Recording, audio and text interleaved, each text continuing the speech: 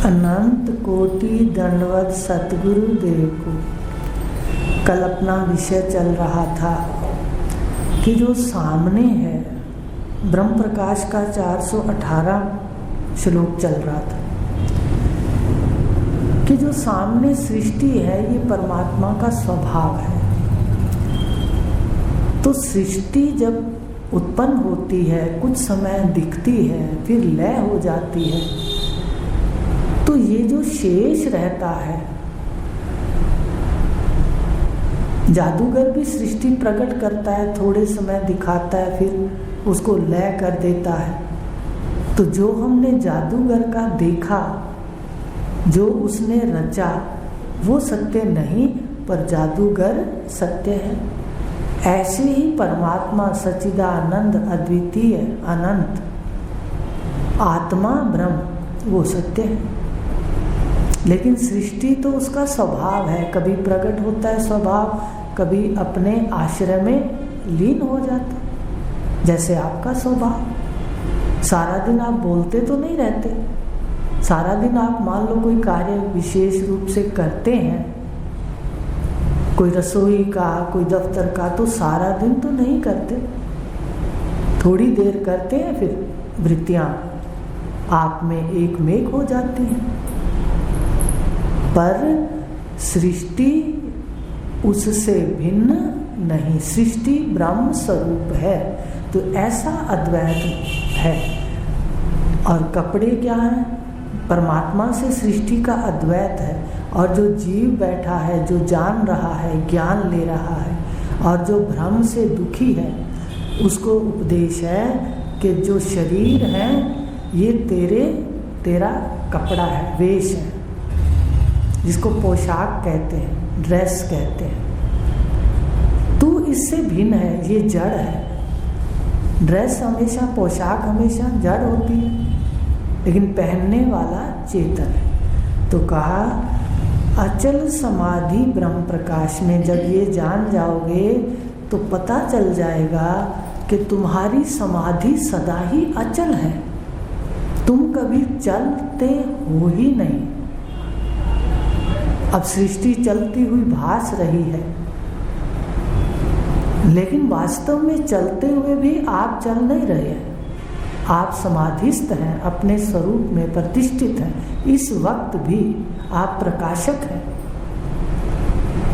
उसके लिए आपको ये बताते हैं कि स्वप्न के अंदर देखो आप चल भी रहे हो और कुटस्थ भी हो, समाधिस्थ भी हो, प्रकाशक के रूप में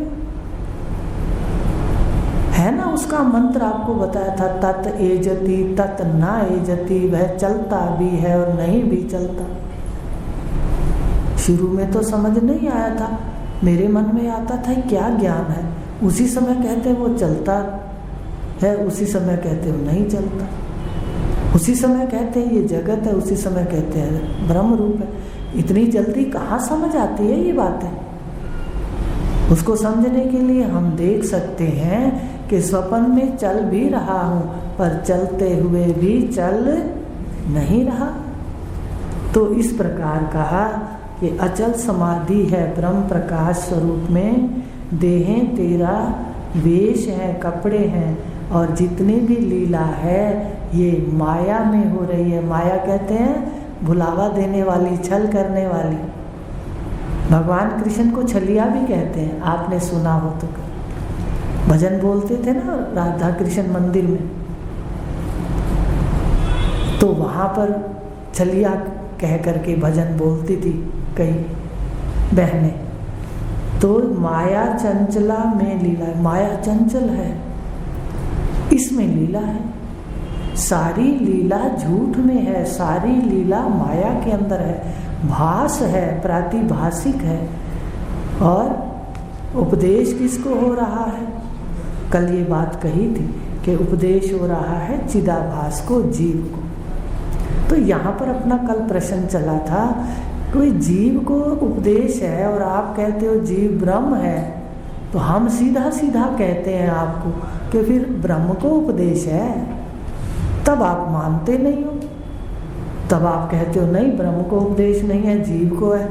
हम कहते हैं भाई जीव और ब्रह्म अलग हैं, तो भी आप नहीं मानते हो, तो बताओ है क्या सत्य? तो आज आपको बताते हैं कि ब्रह्म का जीव स्वरूप कैसे है। सबसे पहले ब्रह्म, ठीक है, 3 चीज को याद करना, 3 को मिलाकर जीव है। एक तो ब्रह्म प्रकाश स्वरूप सत्ता चेतन, दूसरा अंतःकरण। कितने करण हैं अंतःकरण के अंदर? मन, बुद्धि, चित्त और अहंकार, ये करण है, काम करने वाले करण। तो ये 4 करण हैं जो, अब इसके अंदर तो और भी इंद्रियां सो जाती हैं, पर मुख्य देखो ये शीशा है अंतःकरण। तो अंतःकरण है, पीछे प्रकाशक है, 2 हो गए, जिसको ब्रह्म कहा। ब्रह्म भी है, अंतःकरण भी है।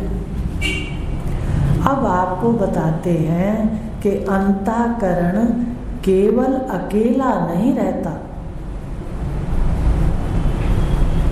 अंतःकरण को सूक्ष्म शरीर भी कहते हैं।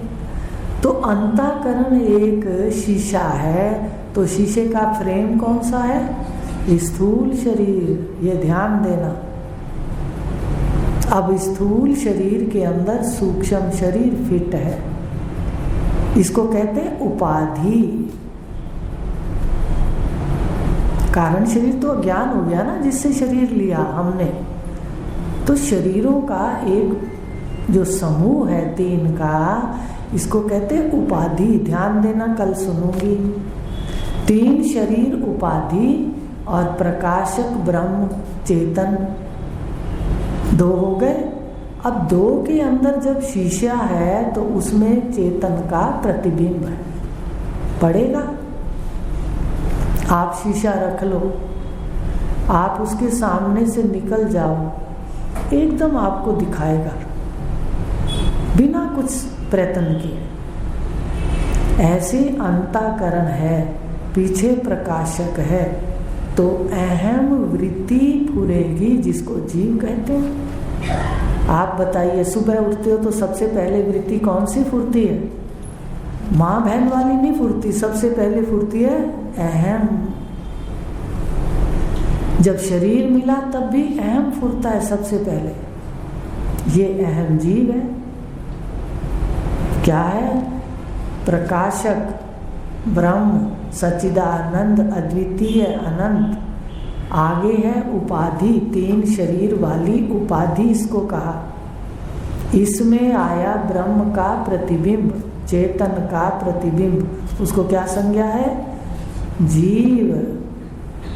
अब केवल जीव को प्रतिबिंब को संज्ञा है जीव, जो शरीर के अंदर, अंतःकरण के अंदर है। समझ रहे हो मेरी बात? कितने हो गए? एक तो प्रकाशक हो गया, एक उपाधि हो गई, और तीसरा प्रतिबिंब। अब सिर्फ प्रतिबिंब जीव नहीं है, यहाँ पर कितने लोग गलती खा जाते हैं। वो कहते हैं भाई जीव जो है बस जीव, ये ब्रह्म है। कैसे ब्रह्म है? तुम यहाँ पर जीव ब्रह्म है, जीव झूठा नहीं है, मिथ्या नहीं है। मिथ्या कहते हैं ना, सृष्टि को तो मिथ्या कहते हैं, शरीरों को तो मिथ्या कहते हैं, माया को मिथ्या कहते हैं, पर उसमें आए प्रतिबिंब को मिथ्या नहीं कह सकते, क्योंकि 3 को मिला करके जीव। अब मान लो ब्रह्म सत्ता चैतन्य अलग हो जाए तो प्रतिबिंब है नहीं,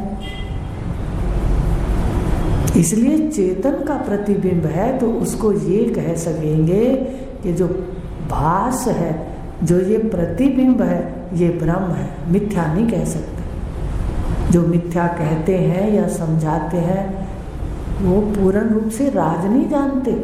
मिथ्या कहोगे तो ब्रह्म को मिथ्या कह दिया आपने, क्योंकि प्रतिबिंब किसका है? ब्रह्म का। अब क्या मिथ्या है ये भी सुन लो, अगर विषय आया है तो कभी कभी आता है, जीव पन्ना मिथ्या है। समझ रहे हो? जीव ब्रह्म है, पर उसका जीव पन्ना, सबसे पहले पन्ना लगा दिया। अब अपनी भाषा में सुनो, सबसे पहले पन्ना क्या लगा दिया जीव ने? कि मैं इतना हूँ, शरीर हूँ, हो गया, ये पन्ना जुड़ गया। फिर तो पन्नों का अंत ही नहीं है। सबसे पहले तो शरीर के अंगों को मैं मान लिया, फिर बाहर निकला तो घर मेरा, परिवार मेरा। वो पन्ने जुड़ते जुड़ते क्या बन गई? किताब बन गई। अब भगवान कह रहे हैं ज्ञान अग्नि दग्ध कर्माणि, परे कर इन पन्नों को, आग लगा दे, तू निरोल है। तो इस तरह हमें समझना है कि उनका चिदाभास को उपदेश है। किसको उपदेश है? प्रकाशक को उपदेश नहीं है। अब भी दो बैठे हो, अगर आप जान सकते हो, चिंतन मनन करते हो, संध्या पर बैठकर मौन रहते हो, तो ये दिखेगा। प्रकाशक अब भी है और फुरने वाला मैं अब भी है। दो मैं है आपके पास इस वक्त। तो कहा कि जो अंदर वाली मैं है उपाधि सहित चेतन जीव कहलाता है। तो अहम वाली वृत्ति जो फुरी, सबसे पहले जीव संज्ञा, क्योंकि अंतःकरण सहित फुराना चेतन, उसको जीव का। अब जीव में तीन है, आज ये ध्यान रखना। एक उपाधि, एक पीछे ब्रह्म चैतन्य, एक उसमें प्रतिबिंब। अब प्रतिबिंब को जीव का। तो इस प्रकार उपदेश तो अंतःकरण वाले को है, जिसने बुद्धि को पहन रखा है। और सारा खोट और खराबी किसमें है? चेतन में नहीं है। चेतन असंग है, इसमें बैठा हुआ भी प्रकाशक है पीछे। तो देखिए, सारी खराबी बुद्धि में है, सारी खराबी मन में है, मलिनता मन में है। मन की मलिनता ने अपने शीशे को मैला कर दिया और अपना आत्मा का प्रतिबिंब वहां धब्बे धब्बे दिखाई देने लगा। तो कहा ये जो उपदेश है ये बुद्धि वाले को है, अंतःकरण वाले को है, उसको जीव कहा। क्या कहा उसको? कि तू ब्रह्म है। तू क्यों गलती खा रहा है शरीर मान के? क्यों भ्रम में फंसा है? क्यों सारे दुख उठा रहा है? तू तो नित्य मुक्त शुद्ध स्वरूप अद्वितीय, सबका आश्रय, सदा अमर आत्मा तू है। भगवान ने भी कहा ना दूसरे अध्याय में, ना तो मरता है ना मारता है। मरता भी नहीं क्योंकि आत्मा अजर अमर है, और मारता भी नहीं क्योंकि सर्वम आत्मा है। तो मारेगा किसको? सारे ही अजर अमर है। ये गुहु से गुहु ज्ञान है। दृश्यते प्रज्ञा बुद्धिया सूक्ष्मया सूक्ष्म दर्शी भी उपनिषद कहते हैं। किसको दिखता है ये? कहते जिसकी सूक्ष्म से सूक्ष्म बुद्धि हो जाती है। इसलिए केवल श्रवण करो। भगवान 15वें अध्याय में कह रहे कि जो गुरु वाला है, श्रवण करता है मेरा क्षर का, वो सूक्ष्म बुद्धि हो जाता है। तो इस प्रकार कहा कि तीन को मिलाकर जीव है। अब जो अंतःकरण को ओढ़ के बैठा है, वाणी को ओढ़ के बैठा है, ये सारे यंत्र हैं। यंत्र हैं। सुबह उठ के सारे यंत्र पहन के एकदम शुरू हो जाते हैं हम। रात को सारे यंत्र उतार के रख देते हैं। जैसे गहने होते हैं ना, विवाह शादी पे जाते हैं, मायके जाते हैं, मायके हैं, माया के मायके आए हो, मायके सारे ही मायके आई हो। तो जो माया मायके जाती है स्त्री, वो गहने ले जाती है, सुंदर कपड़े ले जाती है। लेकिन जब सोती है रात को, तो मायके में भी गहने उतार के रखती है, और सुंदर सुंदर कपड़े भी, एक गाउन या एक कपड़ा, सादा कपड़ा पहन के रहती है, वो सारे उतार देती है। ऐसे ही जीव है। इस वक्त मायके बैठा है, इंद्रियां पहन करके, सब कुछ पहन करके। रात को देखना आज जाके, इंद्रियां भी उतार देते हो, रिश्तेदार भी उतार देते हो, बाद में शरीर भी उतार देते हो। अब ये गाउन कौन सा है? जीना पर्दा अज्ञान का कारण शरीर, समझ रहे हो, ये गुरु उतारते हैं बस। जो कारण शरीर है ये सिर्फ गुरु उतारते हैं, ये ईश्वर के अंदर भी ताकत नहीं है कि उतार दें। किसी भी पूजा पाठ के अंदर ताकत नहीं जो कारण शरीर को उतारते, केवल तत्वज्ञ पुरुष उतारते हैं। और वो जीव धन्य हो जाता है, नित्य मुक्त है, पर भ्रांति उसकी समाप्त हो जाती है कि मैं बंधा हुआ हूं। तो इस प्रकार का उपदेश किसको है? ध्यान देना, प्रकाशक को नहीं है। 3 बता दिए आपको, लेकिन जो अंतःकरण वाला है वो बुद्धि के अंदर उसके खोट है, संस्कार हैं जगत के, वो बदल देते हैं गुरुदेव। उपदेश उसी को है, बुद्धि वाले को।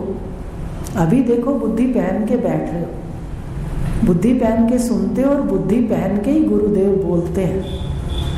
हमारे गुरुदेव जब बोलते हैं तो बुद्धि को पहले पहनते हैं, उसको स्वीकार करते हैं, फिर उसमें ज्ञान देते हैं। केवल प्रकाशक ज्ञान नहीं दे सकता। तो इंद्रियां पहन के इस जीव को उपदेश है जो तीसरा है अंतःकरण वाला। इसलिए आपको खोल के बता दिया कि प्रकाशक ब्रह्म को उपदेश नहीं है, इंद्रिय वाले बुद्धि वाले को उपदेश है। क्योंकि बुद्धि वाला ही गलत कर्म करता है, बुद्धि वाला ही सारी बीमारियां, राग द्वेष काम क्रोध सब इसी बुद्धि वाले के पास है। इसलिए बुद्धि को ही शुद्ध करना है, ठीक है। ऑपरेशन किसका करते हैं गुरुदेव? मन और बुद्धि का बताया था। तो इस प्रकार जीव को उपदेश है, ये ध्यान रखना। माया चंचला में लीला है, चिदाभास को उपदेश। अब चिदाभास इसलिए लिखा है कि इसमें 2 चीजें हैं, चिद भी है और आभास भी है, इसलिए चिदाभास का। आभास मिथ्या है और चिद सत्य है। 2 भाग कर दीजिए अगर आपने स्पष्ट देखना है तो चिदाभास को उपदेश है, जीव को उपदेश है। अब ये क्या करता है चिदाभास? देह रूपी पिंजरे में बंदी, ढूंढे इंद्रिय आहार, शुभ अशुभ कर्म डोरी से बंद कर करे विहार। देह एक पिंजरा है, इसके लिए कर्मों की कैद है। देखो आपको बताएं, कैद 2 हैं अपने सामने। अगर हम मनन करते हैं तो शरीर कर्मों की कैद है, दिखता है। कर्मों से इसके अंदर जीव बंधा हुआ है। जो परिस्थिति आती है इसको देखनी पड़ती है, मजबूरी हो या ना हो। और छटपटाता भी बहुत है अज्ञान के अंदर। अनुभव किया है ना जीवन के अंदर, पहले हम सबके अनुभव है। ज्ञान ने हमें छुड़ाया, और वो भी हम मन का भरोसा नहीं करना कभी। बस अपना कर्म करो, ज्ञान लो और मनन करो, बस। तो कहा कि देह एक पिंजरा है, इसमें ये जीव कैद है, कर्मों की कैद है। अब कर्म की कैद एक तो शरीर के अंदर है, कितना परिस्थितियों हम कुछ कर ही नहीं सकते। दूसरा समाज भी कैद है। कह दूं, समाज के रीति रिवाज, पता नहीं क्या क्या मान्यताएं हैं, वो भी जीव के लिए क्या है? कैद है। उससे भी नहीं निकल पाता कोई। ब्रह्मज्ञानी भी ये नहीं कहता कि भाई तुम कुछ भी मत करो। वो कहता है जहाँ आपको करना पड़े निष्काम होके कर दो, असंग होके कर दो, अपना निरीक्षण करो मन का, दूसरी की ओर ध्यान मत दो कि वो क्या कर रहा है।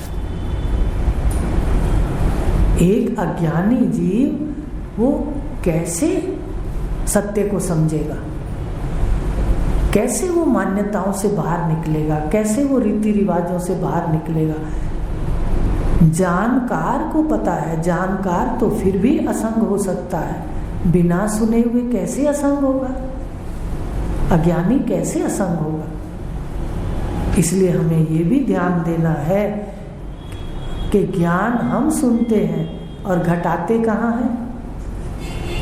दिरानी जिठानियों पर, भाई भतीजों पर, मित्रों पर। आज जाके देखना यही चल रहा है। सुनने वाले भी सावधान हो जाएं। जब सुनने वाले अपने को पकड़ नहीं पाते तो अज्ञानी के लिए क्या कहना।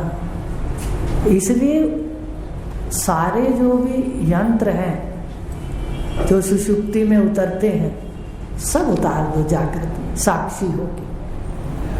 तो कहने का भाव कि देह रूपी पिंजरे में बंद है, उसमें समाज का पिंजरा भी बता दिया आपको। कल मनन करके आना, ना हो तो बता देना, ठीक है। इंद्रिय ढूंढे आहार, अब सारी इसमें बंधा हुआ है और सारा दिन इस विषयों के पीछे भ्रमण करता है, उसकी पूर्ति के लिए भागता है। इस पिंजरे में बंद है, भागता किस डोरी से है? बंधा सदा रहता है। किससे बंधा है पिंजरे में? आत्मा से। ध्यान रखना, देह रूपी पिंजरे में रह करके बंधा हुआ आश्रय इसका परमात्मा है, आत्मा है। पर मन की डोरी लेकर के, अहम वृत्ति लेकर के सारे जगत में, सारे जहां दम लगता है बाहर 7 समुद्र पार तक जाता है विषयों को ढूंढने के लिए। है इंद्रिय आहार ढूंढने कहाँ जाता है? ये सिर्फ यहाँ होटलों में नहीं जाता, ये बड़ी दूर दूर तक जाता है। ढूंढे इंद्रिय आहार, पर बेचारा क्या है, कर्मों की डोरी से बंधा हुआ है। बताया है अभी कि बंधा हुआ कहाँ है? आत्मा से। सारा दिन भ्रमण करके फिर कहाँ जाता है रात को? देख लीजिए, कितनी उड़ाने भर ले, कितना कुछ कर ले, फिर भी अपने आश्रय में आके रात को विश्राम पाता है। लेकिन इंद्रियों के आहार अज्ञान में इतनी दूर दूर तक जाता है ढूंढने के लिए। मनन करना इस बात का। अज्ञानी की सब वृत्तियां शम हो जाती हैं, माया उसके पास आती है, भोग उसके पास आते हैं। ऐसा गुरुदेव भी कहते थे और शास्त्र भी कहते। लेकिन अज्ञानी इतनी दूर दूर भागता है। उसका उदाहरण दिया हमारे शास्त्रों ने कि जैसे कोई जहाज जा रहा है, जहाज समुद्र में जा रहा है और उस पर पक्षी बंधा हुआ है। कोई पक्षी बंधा हुआ है जहाज पर। अब पक्षी देखता है, इधर उधर ढूंढता है, कोई पेड़, कोई कुछ भी अपने खाने पीने को, तो खूब दूर दूर तक उड़ता है। पर जब थक जाता है तो फिर आकर के जहाज पर बैठ जाता है। इसी तरह उदाहरण दिया कि जो ये जीव है ये कर्म की डोरी से बंधा है और फिर आश्रय किससे बंधा है? आश्रय आत्मा से। ये दूर दूर भ्रमण करके विषयों के लिए रोज रात को भी वापस आ जाता है और जब जीवन समाप्त हो जाएगा भाग भाग के तो भी आत्मा में वापस आए।